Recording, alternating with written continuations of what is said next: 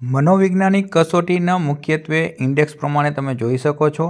જે તમે કસોટી લીધી હોય એને મુખ્યત્વે સૌપ્રથમ ઋણ સ્વીકાર કરવાનો હોય છે. પછી અલગ અલગ પ્રકરણ સ્વરૂપે તમે લખી શકો છો, જેમાં પહેલું પ્રકરણ, બીજું પ્રકરણ, ત્રીજું પ્રકરણ, ચોથું પ્રકરણ ને પાંચમું પ્રકરણ. તમે PhD કે MAd કે MPhil કરશો ત્યારે આ રીતના સંશોધન હાથ ધરાતું હોય છે. એ જ રીતે સંશોધન હાથ ધરવાનું હોય છે. તો તમે આ રીતે પણ અહેવાલ લખી શકો છો. અને અંતમાં તમે આ પાંચે પાંચ પ્રકરણો ઢાળીને છેલ્લે જે તમે કસોટી પ્રમાણિત અથવા જે સ્વરચિત કસોટી હોય એની પ્રત પણ જોડી શકો છો. તો અહીંયા આપણે જે અભ્યાસ કરવાનો છે એ છે આ કસોટી નિર્ણય શક્તિ, જેને આ રીતે સળંગ પણ લખી શકાય છે. B.Ed પ્રેક્ટિકલ એટલે કે પ્રાયોગિક કક્ષાએ એક મનોવૈજ્ઞાનિક કસોટી કરીને જે સંશોધન હાથ ધરવાનું હોય છે. તમે જ્યારે MAd, MPhil કે PhD કરશો ત્યારે જે સંશોધન હાથ ધરવામાં આવે છે તે મોટા પાયાનું હોય છે. અને અહીંયા આપણે સાયકોલોજીકલ ટેસ્ટ કહેવામાં આવે છે. તો મનોવૈજ્ઞાનિક કસોટી એટલે કે જે વૈજ્ઞાનિકો દ્વારા, જે સાયકોલોજિસ્ટ છે તેના દ્વારા પુરવાર પ્રમાણિત થયેલી કસોટીનો ઉપયોગ કરીને તમે એક સંશોધન હાથ ધરી શકો છો. જેમ આપણે ક્રિયાત્મક સંશોધનમાં કોઈ સમસ્યાને લઈને સંશોધન હાથ ધરી શકીએ છીએ, તેવી રીતના આ કસોટીનો ઉપયોગ કરીને મનોવૈજ્ઞાનિક કસોટી એટલે કે એક સંશોધન મનોવૈજ્ઞાનિક કસોટીનો અહેવાલ તૈયાર કરવાનો હોય છે. તો જેમાં તમે ઇન્ટર્નશીપ દરમિયાન શાળામાં જાઓ ત્યારે તમને આ કસોટીનો એક ઓપ આપવાનો હોય છે. તો સાયકોલોજીકલ ટેસ્ટ જે મુખ્યત્વે બે પ્રકારે હોય, એક સ્વરચિત અને એક છે પ્રમાણિત. તો આપણે કઈ કસોટીનો ઉપયોગ કરવાનો છે તે તમારે પ્રમાણિત હોય તો તમારે મંગાવવી પડે, મંજૂરી લેવી પડે, બધા પ્રયત્ન કરવા પડે છે. બાકી સ્વરચિત પણ તમે રચી શકો છો.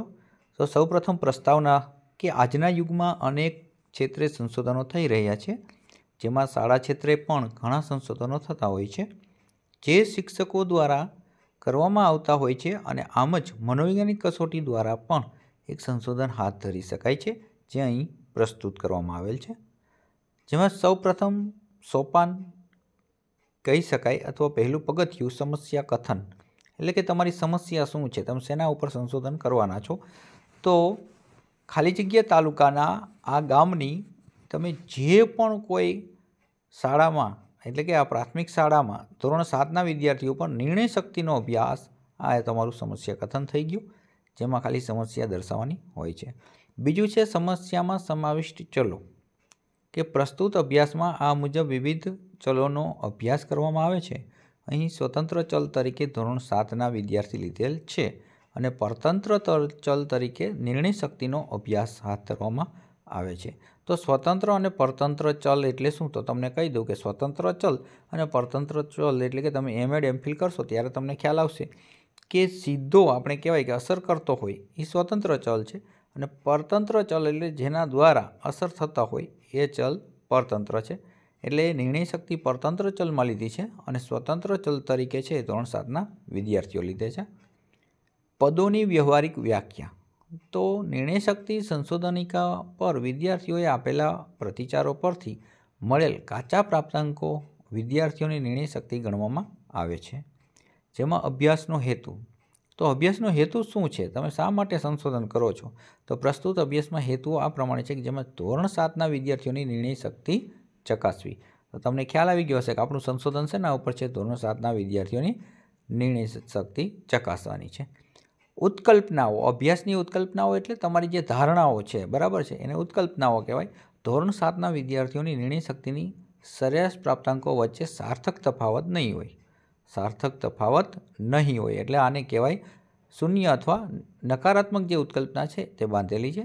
અભ્યાસનું મહત્ત્વ, તો અભ્યાસનું મહત્ત્વ શું રહેશે, તો વિદ્યાર્થીઓની આ સંકલ્પના જાણવાથી તેમના નિર્ણય શક્તિ જાણી શકાય છે. વ્યક્તિગત નિર્ણય શક્તિ જાણવાથી તે વિદ્યાર્થીઓ ઊંચી નિર્ણય શક્તિ ધરાવતા હોય તો તેમને વિવિધ વ્યવસાય પસંદ કરવાની સલાહ આપી શકાય છે.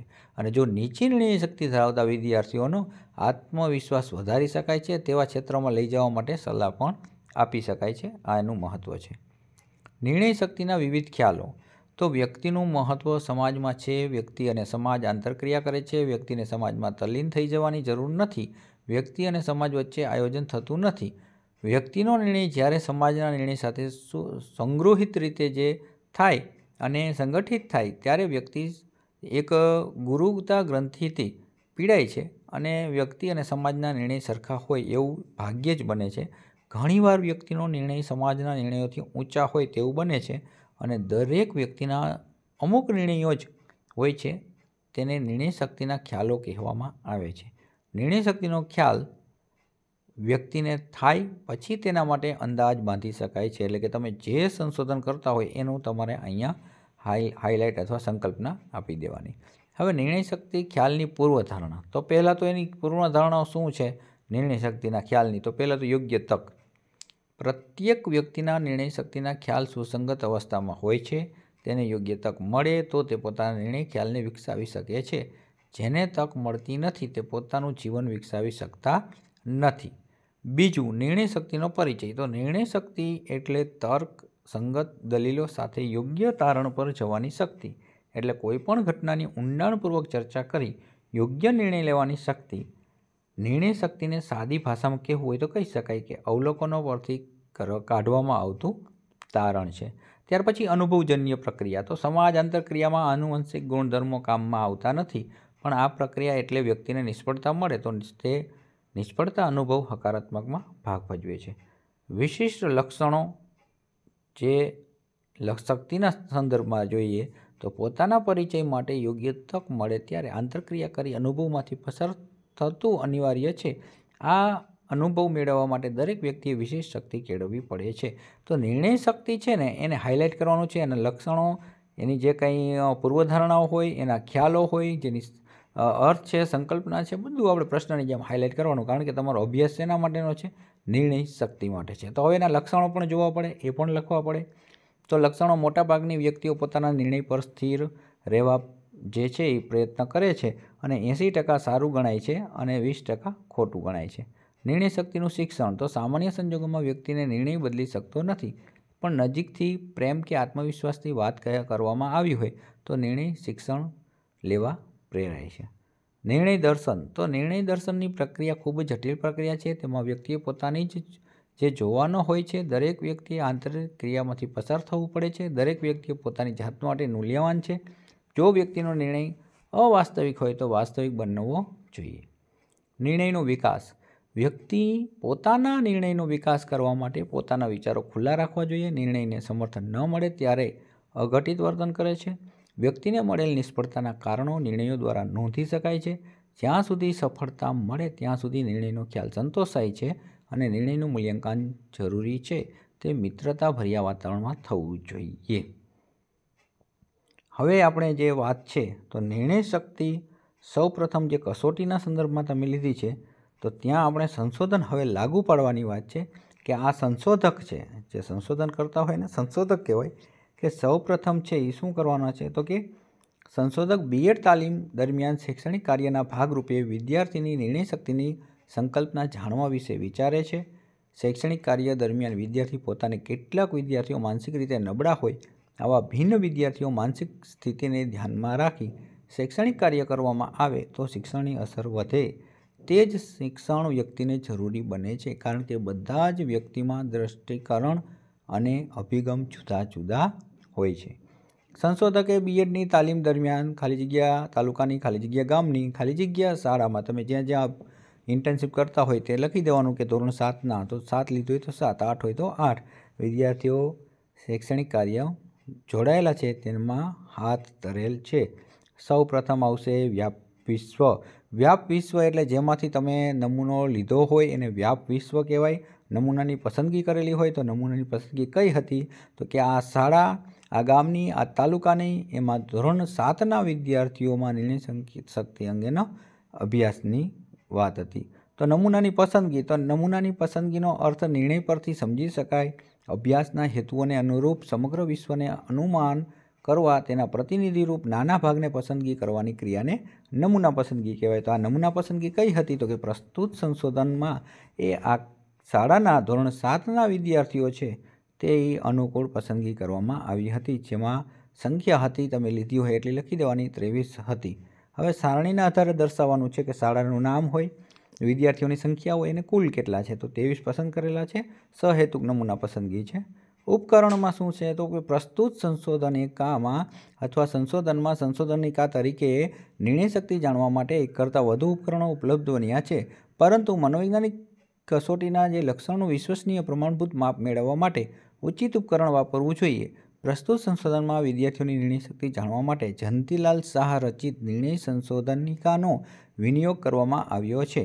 કોઈપણ કસોટી પ્રમાણિત તમે લો છો તો તમારે એનો પહેલાં તો તમારે એની પાસે એની માન્યતા લેવી જોઈએ. એનું પાસેથી જે કાંઈ કસોટી હોય એના ખરીદવાનો ચાર્જ આપવો પડે, એટલે કારણ કે એ પ્રમાણિત છે. બરાબર છે. 2 કસોટી કીધી તમને, એક સ્વરચિત અને એક પ્રમાણિત.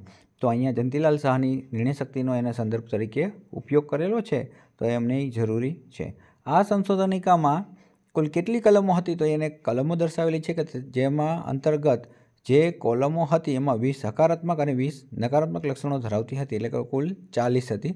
આ સંશોધનિકામાં દરેક કોલમની સામે વિકલ્પો આપેલા હતા, જેમાં વિદ્યાર્થીઓએ યોગ્ય વિકલ્પ પસંદ કરી અને નિશાની કરવાની હતી.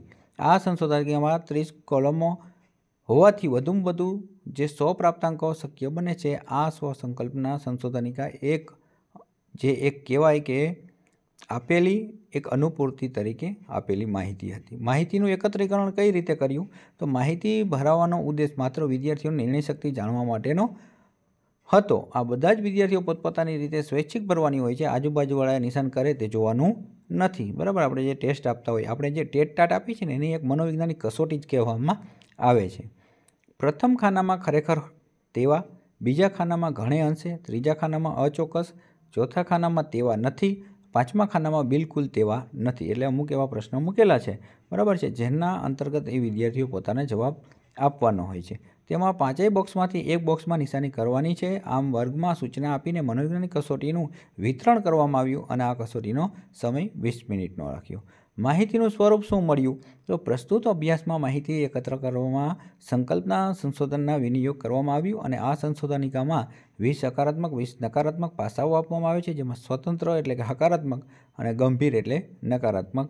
તો ખરેખર તેવા છો તો 4, ઘણે અંશે તેવા છો 5, અચોક્કસ 3, તેવા નથી 1 અને બિલકુલ તેવા નથી 2. તો આપણે નકારાત્મક જોઈ શકીએ છીએ કે જેમાં ખરેખર તેવા છો 4, ઘણે અંશે તેવા છો 3, અચોક્કસ 2 અને તેવા નથી 1 અને બિલકુલ તેવા નથી 5. એટલે આ જે તમને માહિતી મળેલી છે, એટલે આટલા વિદ્યાર્થીઓ છે, તો તમે જોઈ શકો છો કે આટલા વિદ્યાર્થીઓ શું છે તો કે હકારાત્મક પાસામાં ખરેખર છે તેના માટે 4, ઘણા અંશે તેવા છે 5 અને અચોક્કસ હોય તેવા 3 અને નથી તેવા 1 એટલે બિલકુલ તેવા નથી 2. એટલે કે આ વિદ્યાર્થીઓનો સમૂહ છે એને સારણીમાંથી આપણે સંપાદન કરેલું છે. હવે માહિતીનું પૃથ્થકરણ. તો પૃથ્થકરણ અત્રે પ્રસ્તુત સંશોધનિકામાં નિર્ણય શક્તિની સંશોધનિકાનો વિનિયોગ કર્યો હતો અને તેના દરેક વિકલ્પના આપેલા બોક્સમાં ઉત્તરનું ગુણાંકન કરવામાં આવ્યું હતું. ત્યારબાદ તમામ જે પત્રો છે એનું ધોરણ 7માં વહેંચવામાં આવ્યા. 2 કે 2થી વધુ જૂથોની સંકલ્પના સાર્થક બને છે, તેથી ધોરણ 7ના વિદ્યાર્થીઓને 2 જૂથોમાં વહેંચવામાં આવ્યા અને ટી ટેસ્ટ દ્વારા એનું મૂલ્યાંકન કરવામાં આવ્યું. તો આપણે મધ્યક દ્વારા જે છે એનું એક તારવણી કરવામાં આવી અને ટી ટેસ્ટ દ્વારા એનું અર્થઘટન કરવામાં આવ્યું. તો ટી ટેસ્ટ દ્વારા છે એ વિદ્યાર્થીઓની સંખ્યા કેટલી લીધી હતી? 23 સંખ્યા હતી. હવે તારણો શું મળ્યા આપણને તો કે પ્રસ્તુત સંશોધનમાં હેતુઓને અનુરૂપ માહિતીનું અર્થઘટન આ પ્રમાણે છે. વિદ્યાર્થીઓની નિર્ણય શક્તિ પર જે ધોરણની અસર થતી નથી અને શાળાના વિદ્યાર્થીઓ નિર્ણય શક્તિ વિકસાવવામાં મહત્વનો ભાગ ભજવે છે. શૈક્ષણિક ફલિતાર્થો જોઈએ તો પ્રસ્તુત સંશોધનમાં તારણોના આધારે શૈક્ષણિક ફલિતાર્થો આ પ્રમાણે તારવી શકાય કે જેમાં શિક્ષકોએ વિદ્યાર્થીઓના નિર્ણયોને જાણીને તેના નિર્ણયોનું વાસ્તવિકીકરણ કરવું જોઈએ. તેના નિર્ણયો ઊંચા હોય તો નીચો લાવવો અને નીચો હોય તો ઊંચો લાવવા પ્રયત્ન કરવા. શિક્ષકોએ વિવિધ નિર્ણયો અભ્યાસિક પ્રવૃત્તિઓ દ્વારા તેની નિર્ણય શક્તિમાં વિકાસ થાય તેવા પ્રયત્નો કરવા જોઈએ. વિદ્યાર્થીઓના નિર્ણયનો વિકાસ કરવાથી અધ્યયન ક્ષમતા વધારી શકાય. વિદ્યાર્થીઓના નિર્ણયનો શિક્ષિત રાખવા માટે શિક્ષિકા માટે શિક્ષકોએ સતત પ્રયત્ન કરવા જોઈએ. હવે ભલામણ આપણે શું મળે સંશોધનમાંથી તો પ્રસ્તુત સંશોધન અંતર્ગત આપણે ભલામણો કહી શકાય કે ધોરણ 7ના વિદ્યાર્થીઓ પૂરતું મર્યાદિત હતું, છતાં ભવિષ્યમાં અન્ય ધોરણના વિદ્યાર્થીઓ નિર્ણય શક્તિમાં ભણવામાં ઉપયોગ લઈ શકાય છે અને પ્રસ્તુત સંશોધન માત્ર ગુજરાતી શાળાઓ પૂરતું જ હતું. ભવિષ્યમાં અન્ય શાળામાં પણ હાથ ધરી શકાય છે. તો આ રીતે તમે તમારી સાયકોલોજીકલ ટેસ્ટ છે એ ચોક્કસ સોપાનો પગથિયા દ્વારા લખવામાં આવે છે અને આવું એકાદ મનોવૈજ્ઞાનિક કસોટીનું સંશોધન તમારે ઇન્ટર્નશીપ દરમિયાન હાથ ધરવાનું હોય છે. વિડીયો ગમ્યો હોય તો શેર કરજો, સબસ્ક્રાઈબ કરજો. જોશી સરના જય શ્રી કૃષ્ણ. આવજો.